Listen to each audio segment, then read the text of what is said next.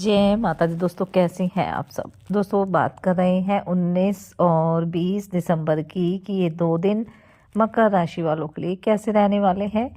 इन 2 दिनों में मकर राशि वालों को क्या खुशखबरी सुनने को मिल सकती है, किन बातों में इन्हें सावधानी रखनी चाहिए। तो इन 2 दिनों का राशिफल जानने से पहले हम इन 2 दिनों का पंचांग जान लेते हैं। 19 दिसंबर 2024 दिन गुरुवार रहेगा। पौष माह कृष्ण पक्ष की चतुर्थी तिथि जो 10:05 तक रहेगी। उसके बाद पंचमी तिथि प्रारंभ हो जाएगी। वैधृति योग रहेगा जो 6:33 तक रहेगा। उसके बाद विश्वकुंभ योग प्रारंभ हो जाएगा। आश्लेषा नक्षत्र रहेगा। चंद्रमा कर्क राशि में। अभिजित मुहूर्त का समय रहेगा 11:57 से 12:39 तक। राहु काल का समय रहेगा 1:35 से 2:53 तक। अब बात करते हैं 20 दिसंबर की। 20 दिसंबर 2024 दिन शुक्रवार रहेगा। पौष माह कृष्ण पक्ष की पंचमी तिथि जो 10:51 तक रहेगी। उसके बाद षष्ठी तिथि प्रारंभ हो जाएगी। विश्वकुंभ योग रहेगा जो 6:10 तक रहेगा। उसके बाद प्रीति योग प्रारंभ हो जाएगा। मघा नक्षत्र रहेगा। चंद्रमा राशि परिवर्तन करेंगे, सिंह राशि में आ जाएंगे। अभिजित मुहूर्त का समय रहेगा 11:58 से 12:39 तक। राहु काल का समय रहेगा 10:45 से 11:58 तक। दोस्तों आज मैं आपको एक छोटी सी जानकारी देने जा रही हूँ। अक्सर आपने देखा होगा कि अधिकतर लोग अपने घर के मुख्य द्वार पर दीपक जलाते हैं। तो क्या ये शुभ होता है और हमें किस चीज़ का घर के मुख्य द्वार पर दीपक जलाना चाहिए।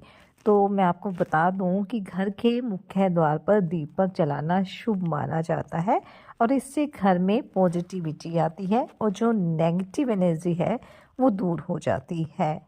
घर के मुख्य द्वार पर दीपक जलाने से माँ लक्ष्मी प्रसन्न होती है और माँ लक्ष्मी का घर में वास बना रहता है।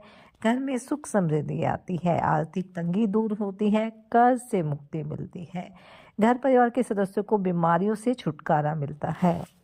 लेकिन दीपक जलाते समय हमें कुछ बातों का ध्यान रखना चाहिए। वैसे तो दीपक जलाने के लिए आप घी का या सरसों के तेल का प्रयोग कर सकते हैं, लेकिन अगर आप घी का दीपक जलाते हैं तो आपको रुई की बाती का इस्तेमाल करना चाहिए। वहीं अगर आप तेल का दीपक जलाते हैं तो उसमें जो कलावा होता है वो लाल धागे की बाती का इस्तेमाल करना चाहिए। शाम के समय घर के मुख्य द्वार के दाहिने तरफ आपको घी या तेल का दीपक जलाना है।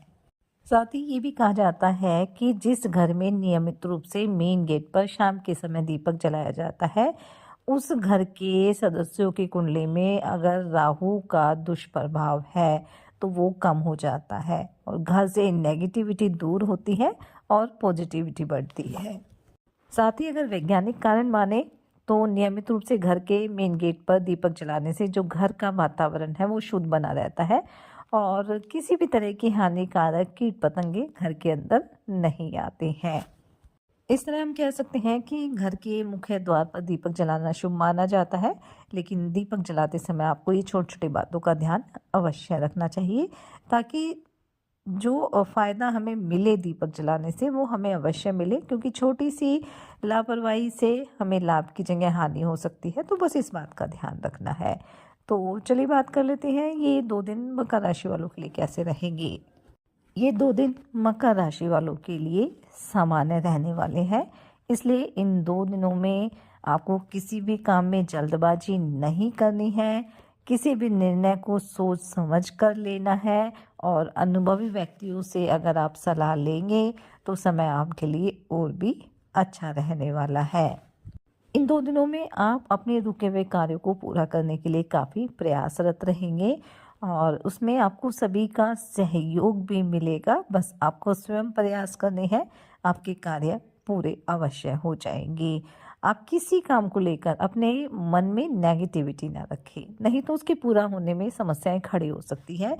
जितना पॉजिटिविटी बना कर चलेंगे, समझदारी से आप काम करेंगे, उतना ही समय आपके लिए अच्छा रहने वाला है। इन 2 दिनों में आप अपने कारोबार के लिए भी किसी नई डील को फाइनल करने की योजना बना सकते हैं। और आप इस बात का ध्यान रखिए कि ये जो डील है आपके लिए काफ़ी फ़ायदेमंद साबित होगी। बस ध्यानपूर्वक आपको इस पर काम करना है। घर परिवार का सभी का सहयोग आपको मिलने वाला है। थोड़ा-सा सामंजस्य आपको बनाने की ज़रूरत रहेगी। विद्यार्थियों के लिए 2 दिन अच्छे रहेंगे। अपनी पढ़ाई के प्रति आपके अंदर रुचि रहेगी। आप एकाग्र होकर अपनी पढ़ाई पर ध्यान देंगे और इससे आपको अच्छे रिज़ल्ट ही मिलने वाले हैं।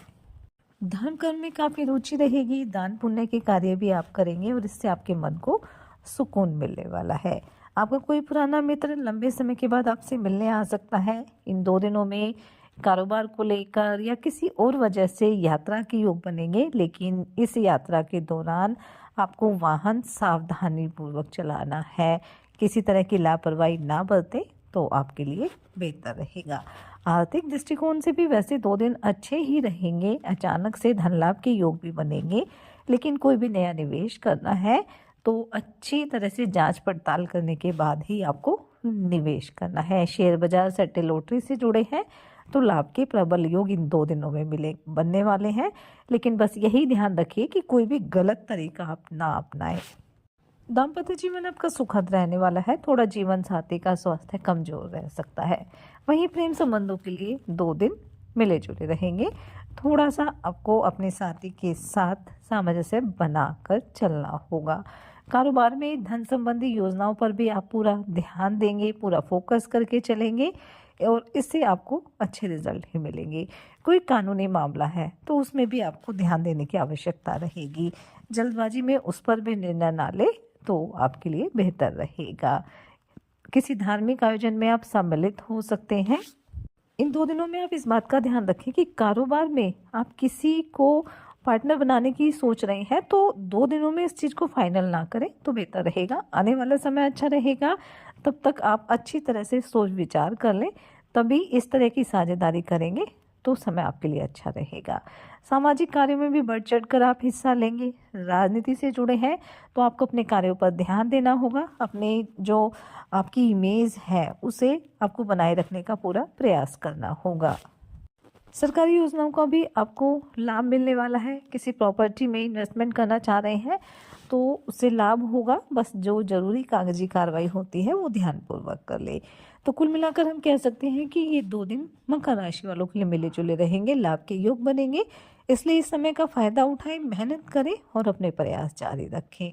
साथ ही सच्चे मन से आप ईश्वर आराधना करें, हनुमान जी और शनिदेव की आराधना करें।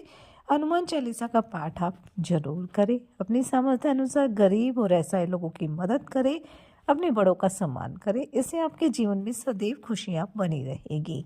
ये 2 दिन आपके लिए मंगलकारी रहे, शुभता भरे रहे। इसी मंगल कामना के साथ जय माता दी।